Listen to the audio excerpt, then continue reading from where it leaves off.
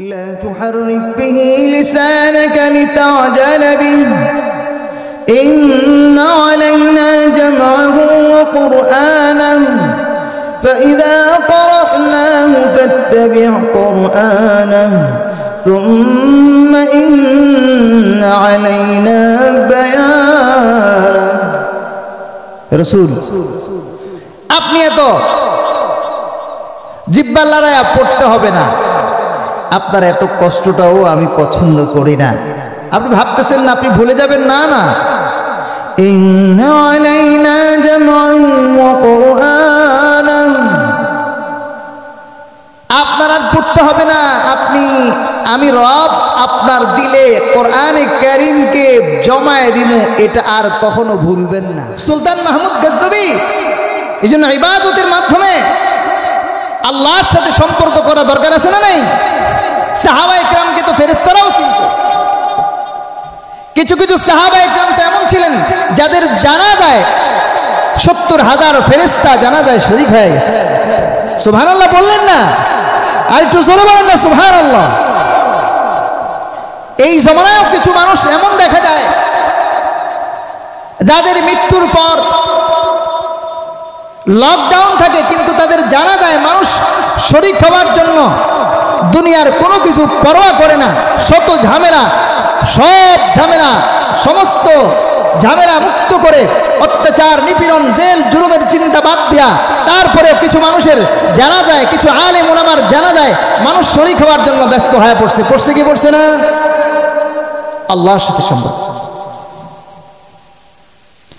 যার সাথে যার সম্পর্ক, মেম্বার সাহেবের সাথে সম্পর্ক থাকলে একটু শরীরে বাপটা আসে কি না?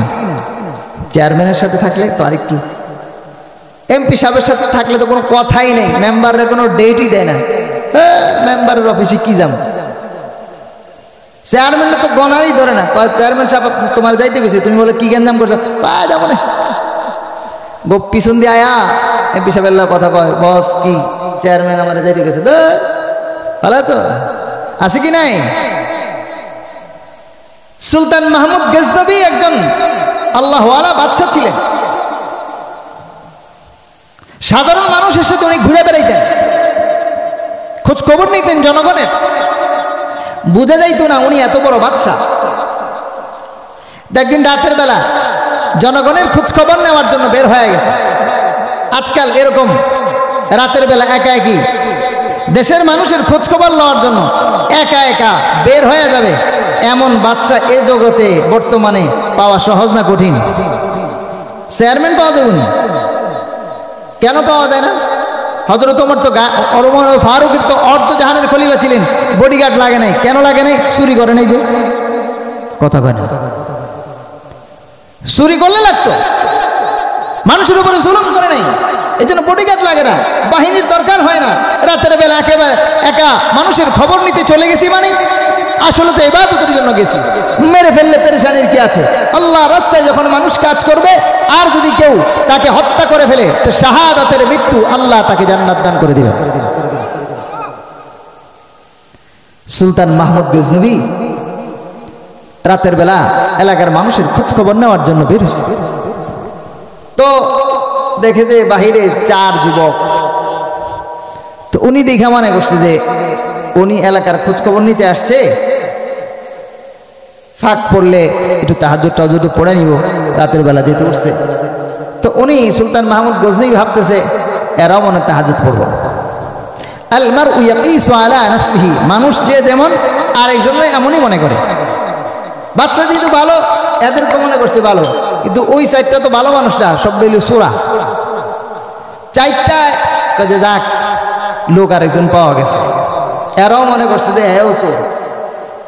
তো সুলতান মাহমুদ গজনবীরে ডাকতেছে 4 চোরায়, তো ভাই একা একা চুরি করে মজা পাবেন না, আসেন আমগোর সাথে 5 জন হয়ে যাই, বাঘবটরা সমান করে নিব, একলা একলা মজা পাবেন না, চলেন। যখন কইছে যে চুরি করে মজা পাবেন না, 5 জন হইলে মজা হইব, তো বুঝছে তো পাওয়া গেছে। তো আসছে, গাই যা তোমরা তো চুরি করবা, কি যোগ্যতা আছে? চুরি করে ধরা খাইলে তো পিটানি মাপ নাই। না আমরা যোগ্য চোর, সার্টিফিকেট পাওয়া। আমাদের দেশেও কিছু চোরা আছে নাকি না, পকেট থেকে যে কেমনে নেয়, এখন যে কি বাইরেছে কি, হ্যাঁ মাঝে মধ্যে দেখি শুনি, কাগজ বলে দেখায় আর বলে যা কয় তাই ঠিক।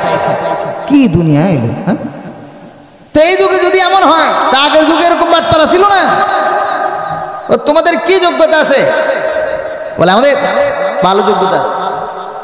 তো কি বলো? তো একটা কথা, আমার যোগ্যতা হইল কোনো বাড়িতে গেলে কুকুর চিল্লা চিল্লি করে, কুকুর ঘেউ ঘেউ করে, তা আমি কুকুরের ভাষা বুঝি। দেখছেন কত বড় পণ্ডিত, কুকুরে কি কয় না কয় আমি বুঝি। ওহ দারুণ তো, ঠিক আছে তুমি ভালোই যোগ্য। এই তুমি বলো তো তোমার কি যোগ্যতা? বলে আমার নাকের যোগ্যতা আছে। হের কানে আমার পাওয়ার হইল নাকে। কোন জায়গায়? সারে ঘুমোতে উড়াইতে পারলাম না আজকে। জোরে বলেন আল্লাহু আকবার, নারায়ে তাকবীর। দিন ইসলাম, দিন ইসলাম। হাত ছেড়ে দেন, কাপড় চোপড় একটু খোলেন।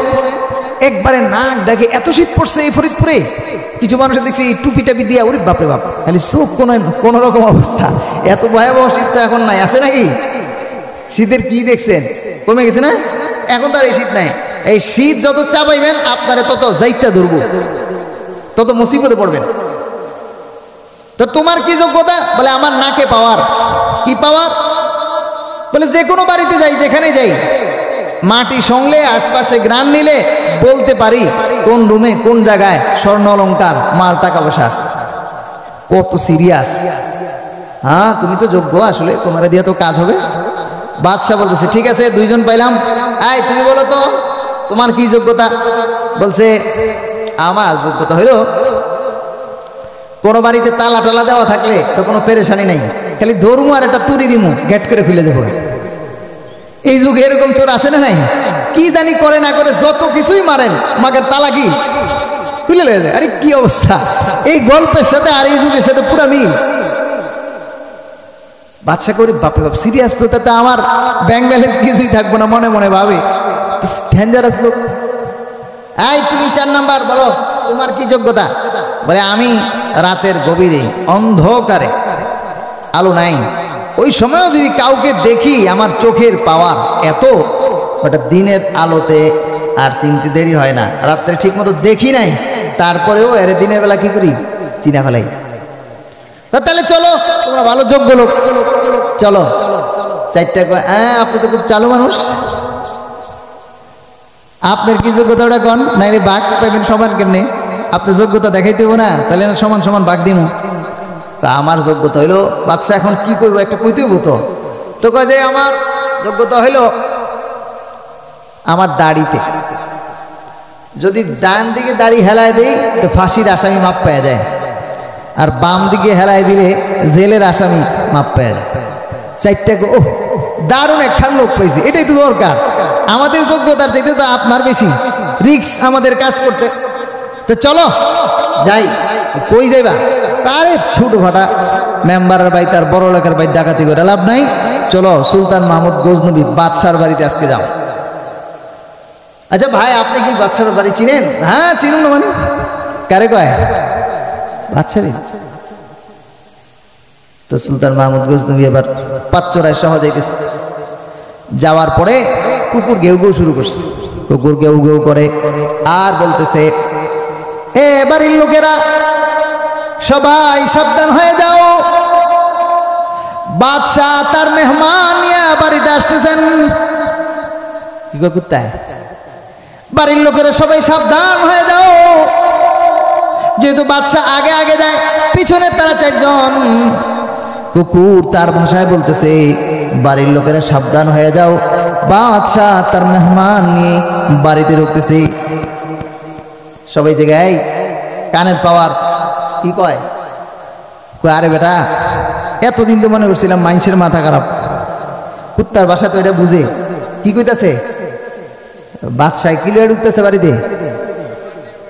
আরে বেটা এতদিন তো মনে করছিলাম মানুষের মাথা খারাপ, এখন দিয়ে কুত্তারও মাথা খারাপ। আরে কি হয়েছে? কয় কুত্তায় কইতেছে বাদশাহ নাকি মেহমান লিয়া বাড়িতে ঢুকতেছে। আসলাম চুরি করতে, কয় মেহমান ঢুকতেছে। কুত্তার কথা ঠিক আছে নি? তো পাগলা গাড়াতে পাঠান দরকার, তাড়াতাড়ি পাবনা পাঠা। যাই হোক, দূর ওর কথা বাদ দে, উত্তর আজকে মাথা ঠিক নেই, উল্টা পাল্টা কয়। চল না কালা, তাড়াতাড়ি কোন জায়গায় কি আছে না আছে দেখাই দাও। হ্যাঁ, গ্রান নিয়ে বলছে যে ওই জায়গায় আছে। তালার যোগ্যতা, তালাটা খুলে ফেলছে। তিনজনের কাম শেষ। কানালায় তো ঠিকই করছে, না কালেও যোগ্যতা প্রমাণ করে দিছে। তালা খুলতে পারে, তারও যোগ্যতা প্রমাণ হয়ে গেছে। বাকি আছে কয়জন? একজনে কি করে দেয় ফাঁসির আসামি, আর একজনে কি করে দেয় রাত্রেবেলা দেখলেও দিনের বেলা চিন। চুরি টুরি করে পোটলা 5টা রেডি। চলো তাহলে যাই, দূরে যা বন্টন টন করে রেডি। বাদশাকে এক পিছনে আর যায় লাভ কি, কাম তো শেষ। উনি পিছন থেকে চলে গেছে ফজরের নামাজে হাজির। নামাজ টামাজ পড়া গোয়েন্দা বাহিনী, পুলিশ বাহিনী বলে অমুক জায়গায় যাও, যায় দেখবা যে বাচ্চা যখন আসে, এরা তো আজকে আর চিন্তা নাই, দোস্ত তো একটা লগে আসি, বিপদে পড়ে গেলে দাড়ি হেলাই দিব, বেঁচে যাবো। অন্যদিন তো তাড়াতাড়ি পোটনা পাটিলে বাড়িতে যাওয়ার চিন্তা, আজকে একটু ঘুমাইলই। তো যা বাহিনী ধরে নিয়ে আসছে, আদালতে দাঁড় করাই দিছে। সবাই তো পেরেশান, আজকে তো অবস্থা খারাপ। আরে বাদশার বাড়িতে ডাকাতি, সাধারণ বাড়ির ডাকাতি না। এই মামলা থেকে মুক্তি পাওয়া সহজ। কিন্তু ওই যে 4 নাম্বার চোরা মনে আছে নি, রাত্রে দেখলেও কি করে, দিনের বেলা ও আইসাই দেহে বাদশা কোন জায়গায় বসা, ও হইলো মিটে মিটে হাসে। একবার বাদশার দিকে তাকায়, আবার দোস্তদের দিকে তাকায়। কিন্তু 3 দোস্ত তো খুব পেরেশানিতে আছে, হ্যাঁ কি নাই কোনো পেরেশানি। অনেকক্ষণ হয়েছে এই বিচার সেই বিচার, এই চুরি করছো সেই চুরি করছো, তোমাদের এই হবে সেই হবে, আলোচনা চলতেছে, রায় এখনো হয় নাই। 4 নাম্বার চোরাই বলে, বাদশাহ চোর কিন্তু 4 জন ছিলাম না 5 জন ছিলাম। চোর কয়জন ছিল? 4 জন না 5 জন? ও বাদশাহ, চোর কিন্তু 4 জন ছিলাম না 5 জন ছিলাম। 4 জনের যোগ্যতা কিন্তু প্রমাণ হয়ে গেছে। আমি 4 নাম্বার, আমার যোগ্যতা হইল রাতের অন্ধকারে যারে দেখি দিনের বেলাও তারে চিনতে পাই। সুতরাং আমি কিন্তু চিনতে পারছি আমার 5 নাম্বার চোরাই কিন্তু ওই জায়গায় বসে রয়েছে। আমি কিন্তু কথাটা বলে দিব, বাচ্চা দেখাবো না, বাকিটা কিন্তু বলতেছি না, যা বলার আপনি বলে দেন। 5 নাম্বার ব্যক্তির কামটা দাড়িটা হেলায় দেন, আপনি আপনার যোগ্যতা প্রমাণ করে দেন, আমরা যেন আমাদের ঝামেলা থেকে মুক্তি পেয়ে যাই, আমরা যেন আমাদের ঝামেলা থেকে মুক্তি পেয়ে যাই, মুসিবত থেকে উদ্ধার হয়ে যায়। বাদশা এবার কয়, যা যেহেতু বিষয়টা প্রকাশ হয়ে গেছে, যা তোদেরকে আজকের মতো মাফ করে দিলাম, ভবিষ্যতে ওয়াদা কর আর কোনোদিন চুরি করবি না। মাফ করে দেওয়ার পর এবার তারা বাহিরে চলে গেলে 4 চোলার হৃদয় চোখের পানি ছেড়ে দিয়া ডাইকে বলে, আর পালায় লাভ নাই। গভীর রাতে বাদশার সাথে সামান্য একটু সম্পর্ক হয়েছিল, তাও গুনাহের কাজে লিপ্ত হয়ে, ভালো কোনো কাজে তার সাথে আমাদের কোনো সম্পর্ক হয় নাই। গুনাহের কাজের মাধ্যমে বাদশার সাথে সম্পর্ক হওয়ার পর যদি আমরা ফাঁসির কাষ্ট থেকে, জেল জুলুম থেকে মাপ পাওয়া যাই বন্ধুত্বের খাতিরে, আর দেরি করে লাভ নাই, তওবা কর, জীবনে আর গুনাহ করবি না। শুধু তা না, আহকামুল হাকিমিন, যে আল্লাহ সমস্ত রাজা বাদশাদের মালিক, ওই আল্লাহর সাথে সম্পর্ক যদি করে নেওয়া যায়, শুধু দুনিয়ার মুসিবত থেকে বাঁচবো না, বরং রব হাসরের ময়দানের ভয়াবহ জাহান্নাম থেকে মুক্তি দিয়া তোমারে আমারে জান্নাতের ফয়সালা করে দিবেন। এই জন্য রব্বুল আলামিনের সাথে সম্পর্ক করা দরকার আছে না নাই? বড় যদি করে ততই লাভ। আল্লাহ তাআলা বলছেন হাসরের একটা মাঠ কায়েম হবে। রব বড় দয়ালু, মানুষকে ধরেই শাস্তি দিতে চান নাই। পৃথিবীতে মানুষকে যখন পাঠাইছেন তো আল্লাহ তাআলা মানুষকে দুনিয়ায় পাঠাইছেন ক্ষেত লাগানোর জন্য। ক্ষেত লাগাবে দুনিয়ায়, ফসল লাগাবে দুনিয়ায়, আর মৃত্যুর পরে সেটাকে ভোগ করবে। আল্লাহর হাবিব সাল্লাল্লাহু আলাইহি ওয়াসাল্লাম বলছেন, দুনিয়া মাজরাআতুল আখিরাহ, দুনিয়া হলো আখিরাতের ক্ষেত। এখানে যদি আপনি মান্দাল গাছ লাগান, চিনেননি মান্দাল গাছ? মান্দাল গাছ লাগায় কি কাঁঠালের আশা করা যায়? তো এই জন্য জান্নাতের মধ্যে নাজ নিয়ামত পাইতে হলে কিছু নেকামল করা দরকার আছে কিনা? আর জান্নাতের নাজ নিয়ামত তো সে দারুণ। দুনিয়ায় যে কাঁঠাল গাছের ফল খান, এক এক কাঁঠালের এক এক কথা বলে না, এক এক কাঁঠালের এক এক আম গাছ থেকে যে আম খান, এক এক আমের এক এক নাম কটা কোন দিহি কে কটা কইতে পারেন? তাড়াতাড়ি কোন আমের নাম কোন? ল্যাংরা কোন না কে লেগে তাড়াতাড়ি কোন? ল্যাংরা কি করে বুঝতে নাই দেখি কটা কে কটা করে? ল্যাংরা, চোষা, আর কি হাড়িভাঙ্গা, মাত্র এই কটা হয় ফরিদপুরে, আর হয় না?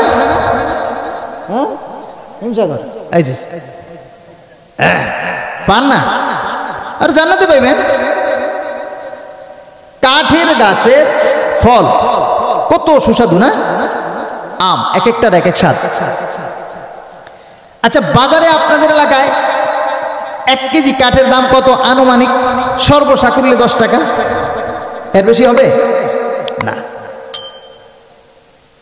আর 1 কেজি স্বর্ণের দাম কত হতে পারে এই বাজারে? কন কন কন আমি স্বর্ণপট্টি, স্বর্ণের মার্কেট মসজিদের ইমাম সাহেব, শুধু এদের মার্কেট না, মানে অন্য মার্কেটও আছে, এর মধ্যে স্বর্ণের মার্কেটও আছে একটা। 1 কেজি স্বর্ণের দাম আমরা নর্মালি ধরতে পারি কমপক্ষে 1 কোটি টাকা, বেশি হবে ধরলাম, নর্মালি ধরলাম 1 কোটি টাকা। 1 কেজি কাঠের দাম কত? 10 টাকা। আর 1 কেজি স্বর্ণের দাম 1 কোটি ধরলাম। এই কাঠের গাছের ফল যদি এত ডিজাইনের হয় আর এত সুস্বাদু হয়, ছোট্ট বাচ্চাদেরকে ঘরে নেওয়ার পরে ফল যদি 4টা থাকে তো পোলাপাইনে ভাগ বটরা করে ধইরেই কয়ে যে আমি পরোটা খাবো, সবাই পরোটা খাইতে চায়, কথা বলে। কাঠের গাছের আম যদি এত সুস্বাদু হয়, রব্বে কারীম জান্নাতের মধ্যে যে আপনাদেরকে যে ফল খাওয়াবেন, ওই ফল কিন্তু দোস্ত কাঠের গাছের হবে না, স্বর্ণের গাছ থেকে আল্লাহ ফল তৈরি করবেন। তাও ঘুমাইতেছে, দেখছো অবস্থা। বাসের পাশে যারা আছেন এরা সরে যান, এরা একটু সামনে আসেন। সামনে কার কার ফাঁকা আছে দেখি, দেখা যায়? সামনে যার যা ফাঁকা আছে ফাঁকাটা পুটুন করে হলাম, মাশাআল্লাহ। সামনে ফাঁকা পুরা করতো, পিছনের দিকে তাকায় না, যার সামনে যা ফাঁকা আছে, মাশাআল্লাহ মাশাআল্লাহ। চাচা একটু লড়াচড়া দেন, সামনে জায়গাটা পুরা করেন। সামনে জায়গা, পিছনে জায়গা না, সাইডে না, সামনে সামনে সামনে। তো স্বর্ণের গাছের আসলে বাচ্চাদের পড়াই তো ওয়াজটারও এরকমই মনে হয়। আপনাদের এখান থেকে কিছু শিক্ষা নিয়ে যাওয়া দরকার না? তাহলে আমল করবেন কি? তা আমলের কথা কিছু মনে রাখতে হবে না? মানুষকেও তো কিছু শোনাইতে হবে। দাওয়াত ও তবলিগে গেলে কি করে? চিল্লাই দিলে কদিন পরে আপনারা কি করে দেয়? একটু গেছেন তবলিগে কেউ? হাত তোলেন তো দেখি কে আছেন। যাক তো মাশাআল্লাহ কিছু লোক আছে। দিনী কাজ, ওটাও একটা দিনী কাজের অংশ। মাদ্রাসা হচ্ছে মূল ফাউন্ডেশন দিনী কাজের, এখান থেকে সব ছড়ায়। পীর সাহেব তৈরি হয়, তবলিগের কাজ হয়, ইসলামী অন্যান্য দলগুলো তৈরি হয় মাদ্রাসা থেকে, এটা হচ্ছে ফাউন্ডেশন। কারখানা, এই কারখানা ঠিক থাকলে শোরুমগুলোতে ভালো মাল যাবে। কারখানায় যদি ভালো মাল তৈরি না হয়, শোরুমে ভালো মাল যাবে না পচা মাল যাবে? কারখানা বানানো হয়েছে এখানে, এটাকে ঠিক রাখতে হবে। তো বলছিলাম রাসূলুল্লাহ সাল্লাল্লাহু আলাইহি সাল্লামকে নবীজির কষ্ট আল্লাহর পছন্দ হইল না। এমনকি জন্য রসুল বেশি বেশি নামাজ পড়তেন। শেষ রাতে তাহাজ্জুদের নামাজ এত বেশি পরিমাণে পড়তেন নবীজি যে পড়তে পড়তে পা ফুলে যেত। যে রসুলের গফির লাহু মা তাকদ্দামা মিন যামবি, যার আগে পরের গুনাহ মাফ করে দেওয়া হয়েছে, উনি আল্লাহর সন্তুষ্টি নৈকট্য লাভের উদ্দেশ্যে রাতের বেলা এই পরিমাণ নামাজ পড়েন যে ওনার পা ব্যথা হয়ে যায়। আমাদের কি কোনোদিন হয়েছে? জীবনে অন্তত একটা দিন প্ল্যান করা যায় না যে নামাজ পড়তে পড়তে পা যেন ব্যথা হয় এই পরিমাণ নামাজ পড়ব? কি বলেন? এরকম নিয়ত করা যায় না? কত কাজ করতে করতে তো পা ব্যথা হয়ে গেল, হয়েছে না?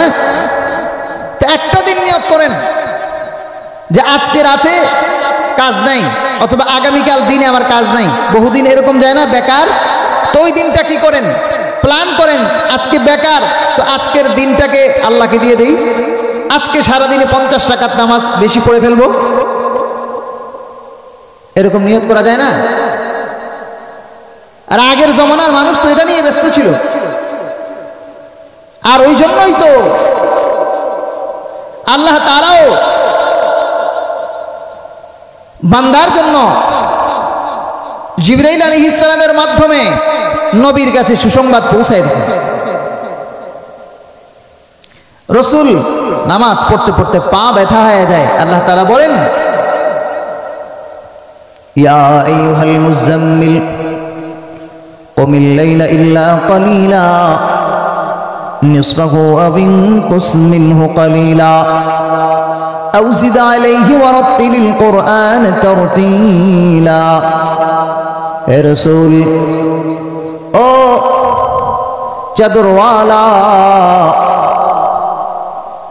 কুমিল লাইলা ইল্লা কালিলা, এত রাত নামাজ পড়লে, নামাজ পড়েন আমারে খুশি করার জন্য, কিন্তু রাত যত গভীর হয় আপনার তো পায়ের ব্যথা বেড়ে যায়, পা ফুলে যায়, আপনার পা ফুলে যায়। এটা আমি আল্লাহ পছন্দ করি না।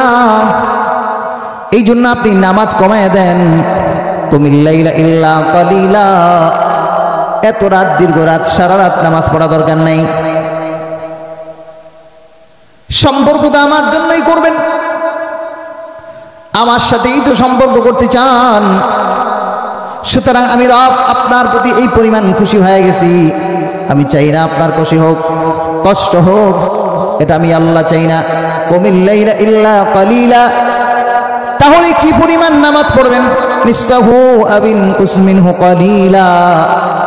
আল্লাহর সাথে জনাবে মুহাম্মদুর রাসূলুল্লাহ সাল্লাল্লাহু আলাইহি ওয়াসাল্লাম, সবাই বলেন সাল্লাল্লাহু আলাইহি ওয়াসাল্লাম, আরো জোরে বলেন সাল্লাল্লাহু আলাইহি ওয়াসাল্লাম।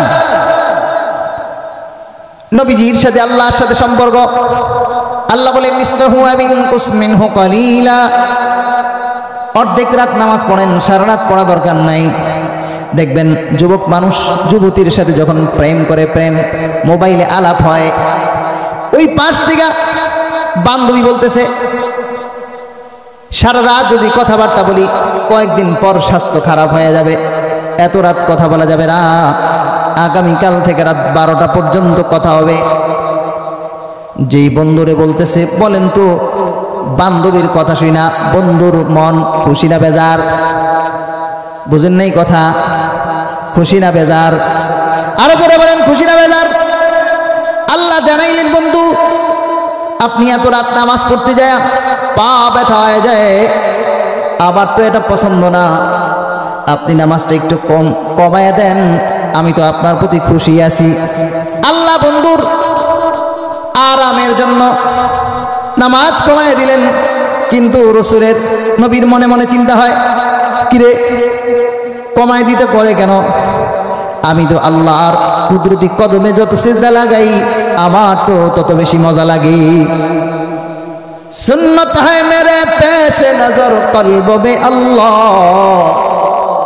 सुन्नत है मेरे पेश नजर कल्ब में अल्लाह, रौज़ा मेरे आँखों में है, काबा मेरे दिल में। रौज़ा मेरे आँखों में है, काबा मेरे दिल में। এদিক দিয়ে বন্ধুর তো মনে মনে জ্বালা পড়া। পরের দিনও যখন গভীর রাত পর্যন্ত নবীজি সাল্লাল্লাহু আলাইহি ওয়াসাল্লাম অধিক রাত পর্যন্ত নামাজ পড়েন, আজকে একটু কমাইছেন। আল্লাহ তাআলা আবার নাজিল করলেন আয়াত, আও ইনকুস মিনহু কালিলা। অর্ধেক রাত তো চাই না বন্ধু, আরো কমাইয়া দেন। রাত 12টা পর্যন্ত নামাজ পড়া দরকার নাই, 10টা পর্যন্ত পড়লেই চলবে। অথবা ভোর 4টা বেলা উঠেন, 5টার সময় ফজরের ওয়াক্ত হয়ে যাবে, 1 ঘন্টা পড়বেন। কিন্তু দেখবেন বন্ধুর মন কি উতাল পাতাল, মনে মনে চিন্তা করে না জানি আগামীকাল পয়লা দেয় তোমার সাথে আর কোনো সম্পর্ক নাই। কথা কন ঠিক কিনা? বলে তোমার সাথে আমার কোনো খাতিল টাতিল নাই, এই চিন্তায় পেরেশান। আল্লাহ রাব্বুল আলামিন যখন বন্ধুরে জানাইলেন, বন্ধু আপনি নামাজ কমায় দেন, তো রাসূল তেমন কিছু ভাবে নাই। পরের দিন যখন আর একটু কমাইতে বলছেন, তখন মনে উতাল পাতাল শুরু হয়ে গেছে। নবীজির মনের উতাল পাতাল দেখা আল্লাহ তাআলা আয়াত নাযিল করছেন, হে রাসূল আপনার আনন্দের জন্য, আপনার শান্তির জন্য, সুস্থতার জন্য আমি নামাজ কমাইতে বলেছিলাম। যেহেতু আপনার নামাজ এত পড়ার দরকার নাই, আমি তো আপনারে ভালোবাসি। আপনার যেহেতু নামাজ কমাই দিলে মন খারাপ হয়ে যায়, সুতরাং যান আউজিদ আলাইহি ওয়ারাতিল কুরআন তারতিলা। আপনার এখন যেহেতু নামাজ কমাইলে আপনার মন খারাপ হয়ে যায়, বুঝলাম আপনার মনটা ভালো করার জন্য, শরীরের সুস্বাস্থ্যের জন্য আমি নামাজ কম করতে বলছিলাম। আপনার যেহেতু মন খারাপ হয়ে যায়, আমি আর এই ব্যাপারে কিছু বলবো না। আল্লাহ বলেন এই ব্যাপারে কিছু বলবো না। আপনার মন চাইলে কম পড়েন, মন চাইলে বেশি পড়েন, এটা আমার টার্গেট না। এখন আপনি যত পড়লে খুশি হয় অতই পড়া দেন। যেই রাসূল রে আল্লাহ তাআলা নামাজ পড়তে যায় কষ্ট হইলে, নবীজিকে আল্লাহ তাআলা বলেন এত নামাজ পড়া দরকার নাই, কম পড়েন, একটু ঘুমান না, আরাম করেন। ওই নবীর আল্লাহ তাআলা ডাক দেন, হে রাসূল ইয়া আইয়ুহাল মুদাথথির কুম ফাআনদির ওয়া রাব্বাকা ফাকাব্বির। হে রাসূল আপনি দাঁড়ান, ঘুমায় আছেন কেন?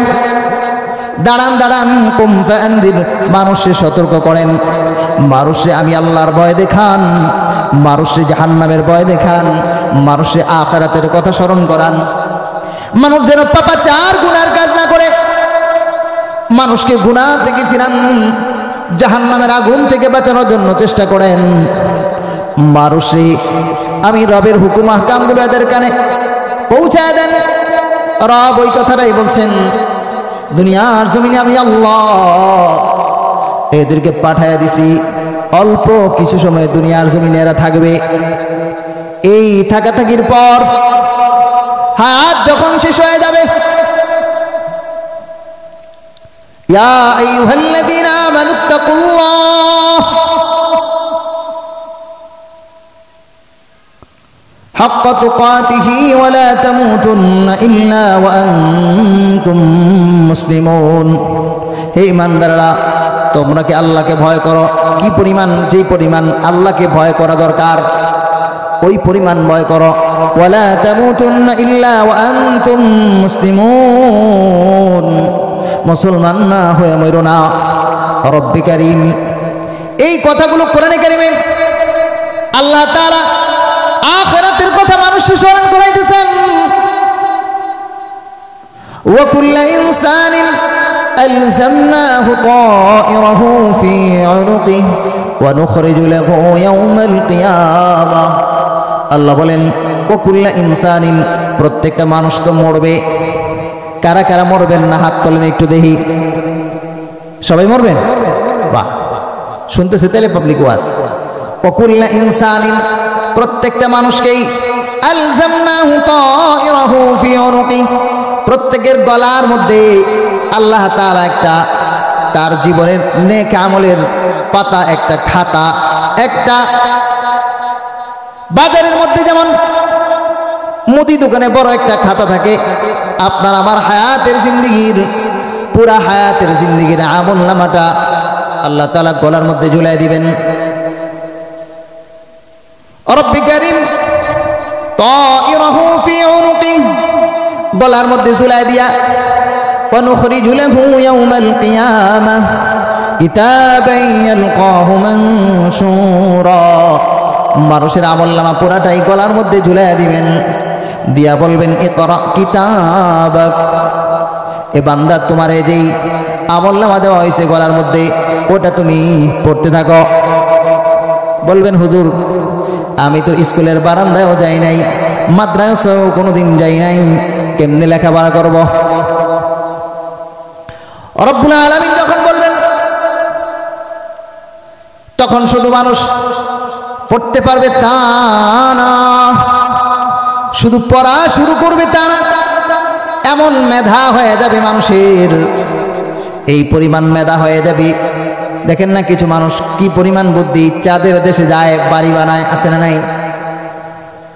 মঙ্গল গ্রহে যায় বসবাস শুরু করে দিচ্ছে, ওখানে যায় নাকি আবার কৃষি কাজও করে। কিছু মানুষের মেধা এমন, আসমানের কাছাকাছি আর জমিনের মাঝখানে যায়। কিছু মানুষ আরেকটা দেশ বানানোর চেষ্টা করছে রাশিয়ায়, এরা চেষ্টা করে চীনে ওই জায়গায় যায়, চাঁদের দেশে বসবাস শুরু করছে। রব্বি কারীম যখন বলবেন ইকরা কিতাবাক, তুমি তোমার আমলনামা পড়তে থাকো, ওই সময় বান্দার মেধা আর পড়ালেখা এই পরিমাণ শিখবে, শুধু নিজের পড়া পড়তে পারবে তা না, বরং সারা জীবনের আমলনামা গুরু সব মুহূর্তের মধ্যে তার নজরে চলে আসবে। কেন কেন? আর এই কথাগুলোই মানুষকে শোনানোর জন্য রব তার বন্ধু মুহাম্মদুর রাসূলুল্লাহ সাল্লাল্লাহু আলাইহি ওয়াসাল্লামকে দুনিয়ার জমিনে পাঠাইছেন। যান যান আপনি মানুষকে কথাগুলো শোনায় দেন, এই কথাগুলো শোনাইবেন। আখিরাত আছে, মরণের পরে এক জীবন শুরু হবে, যে জীবনের শুরু হবে আর শেষ হবে না। যেই জীবনের শুরু হলে ওখান থেকে মানুষের মৃত্যুর থেকে নিয়ে আল্লাহর সাথে সম্পর্ক, নাজ নিয়ামত শুরু হয়ে যাবে। যার সাথে আল্লাহর সাথে সম্পর্ক কেমনে হয়? ইবাদত যে যত বেশি করে আল্লাহর সাথে তার তত সম্পর্ক হয়ে যায়। নেক আমল যত বেশি হয় আল্লাহর সাথে তার তত সম্পর্ক হয়ে যায়, ফেরেশতারা তারে তত বেশি চিনে। নেক আমল যত বেশি হয় তার জন্য আল্লাহ তাআলার পক্ষ থেকে এই বান্দার চেহারার মধ্যে কিছু নূর ফুটে ওঠে। গুনাহ যত হয়, হাকিকাতুল মাসিয়াতি যুলমাতুন, গুনাহের হাকিকতুল অন্ধকার। মানুষ যত পরিমাণ গুনাহ করে অন্তরের মধ্যে একটা কালো দাগ পড়তে থাকে। যত বেশি গুনাহ বাড়ায় তো তার চেহারার মধ্যেও কেমন যেন একটা অন্ধকার অন্ধকার ছাপ পড়তে থাকে। এই জন্য দেখবেন নামাজি বুড়া মানুষ চামড়া ঢিলা হয়ে গেছে, তারপরে তার চেহারার দিকে তাকাইলে কেমন যেন একটু মজা মজা লাগে, ভালো লাগে। তাসবিহওয়ালা সুবহানাল্লাহ আলহামদুলিল্লাহ পড়ে কথা যা বলে, সত্য কথা বলে, তো তার জবানটা এত পবিত্র হয়ে যায়। জবান দিয়া যা বলে রব এই জবানের কথাগুলো বড় কবুল করে নেয়। আবার দেখবেন বেঈমান ঈমান আনে নাই, অথবা বেনামাজি, সুদ খায়, ঘুষের সাথে জড়িত, জালেম, স্বৈরাচার, অত্যাচারী, দেখবেন যে বড় পয়সাওয়ালা, ভালো খাবার দাবার খায়, কিন্তু চেহারাটা দেখলেই কেমন যেন জাহান্নামী জাহান্নামী একটা ভাব দেখা যায়। আছে কি না? কথা বলেন, কথা বলেন।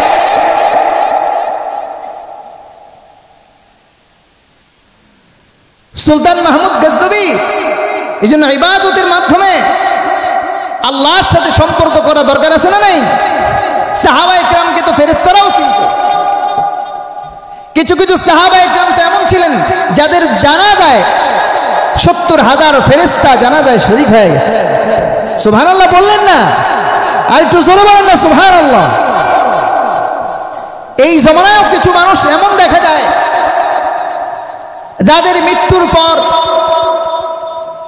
লকডাউন থাকে, কিন্তু তাদের জানাজায় মানুষ শরীক হওয়ার জন্য দুনিয়ার কোনো কিছু পরোয়া করে না, শত ঝামেলা, সব ঝামেলা, সমস্ত ঝামেলা মুক্ত করে অত্যাচার, নিপীড়ন, জেল জুলুমের চিন্তা বাদ দিয়া তারপরেও কিছু মানুষের জানা যায়, কিছু আলেম ওলামার জানা যায় মানুষ শরীক হওয়ার জন্য ব্যস্ত হয়ে পড়ছে কি পড়ছে না? আল্লাহর সাথে সম্পর্ক, যার সাথে যার সম্পর্ক, মেম্বার সাহেবের সাথে সম্পর্ক থাকলে শরীরে বাপটা বাসে, আসে কি না? চেয়ারম্যানের সাথে থাকলে তো আরেকটু, এমপি সাহেবের সাথে থাকলে তো কোনো কথাই নেই, মেম্বারের কোনো ডেটই দেয় না, মেম্বারের অফিসে কি যাবো, চেয়ারম্যান তো গনারই ধরে না, চেয়ারম্যান সাহেব তোমার যাইতে গেছে, তুমি বলে কি জ্ঞান করছো, যাবো না, পিছন দিয়ে আয়া এমপি সাহেবের কথা কয়, বস কি চেয়ারম্যান আমার যাইতে গেছে, ভালো তো আছে কি নাই?